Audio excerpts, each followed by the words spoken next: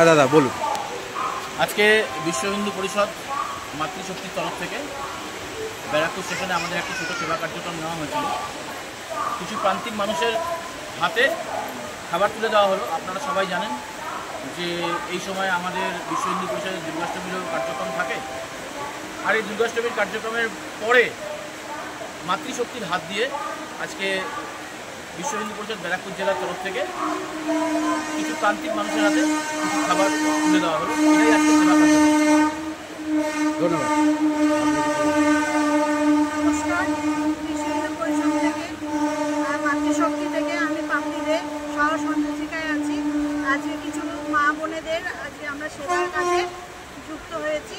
আগামী দিন আরও কিছু করার ইচ্ছা আছে। আজকে আমরা যে গরিব মানুষদের হাতে কিছু খাবার খুবই সামান্য যদিও তুলে দিতে পেরে খুবই ভালো লাগছে। আমরা পুজো দিতে কত আনন্দ করলাম, কত খরচ খরচা করলাম, কিন্তু এদের কথা কজন ভাবলাম আমরা। তাই এক বিশ্ব হিন্দু পরিষদের তরফ থেকে আমরা ওদের